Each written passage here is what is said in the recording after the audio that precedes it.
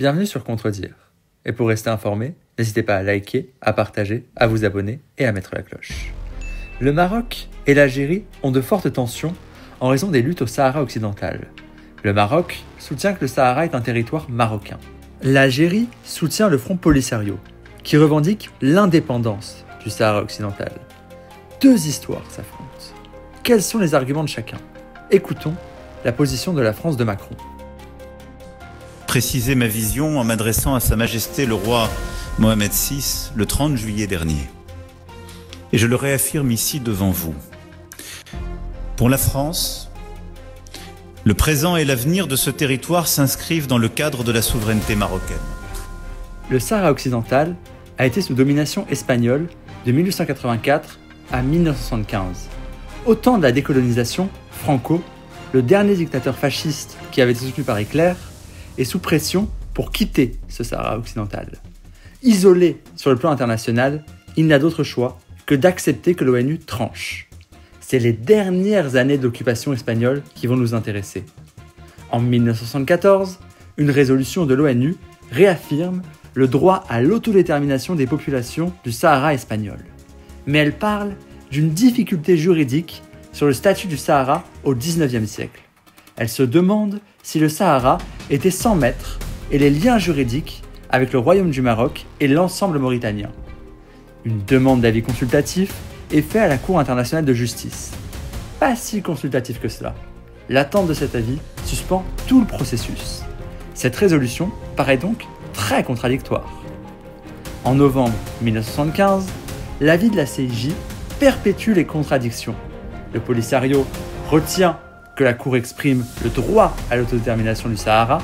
Le Maroc retient les liens juridiques admis d'allégeance entre le sultan du Maroc et certaines des tribus du Sahara en 1884. Une marche verte est proclamée. Le roi marocain Hassan II en fait un discours. Cher peuple, demain, tu franchiras la frontière. Demain, la marche verte prendra son départ. Demain, tu fouleras une terre qui est tienne. Tu palperas des sables qui sont tiens. La lecture de cet avis laisse parfois dubitatif. Quand il évoque son étude des liens d'ordre racial avec le juge états-unien Dillard, encore ségrégationniste il y a peu. Quand il évoque que l'Espagne aurait pris sous protection le Sahara, mais botte en touche sur la nature et la valeur juridique des accords conclus entre l'Espagne et de prétendus chefs locaux. Malgré sa détestation du Maroc, Franco cède l'administration du Sahara occidental au Maroc et la Mauritanie dans un accord d'octobre 1975, en collaboration avec la Djema, organe créant du débat.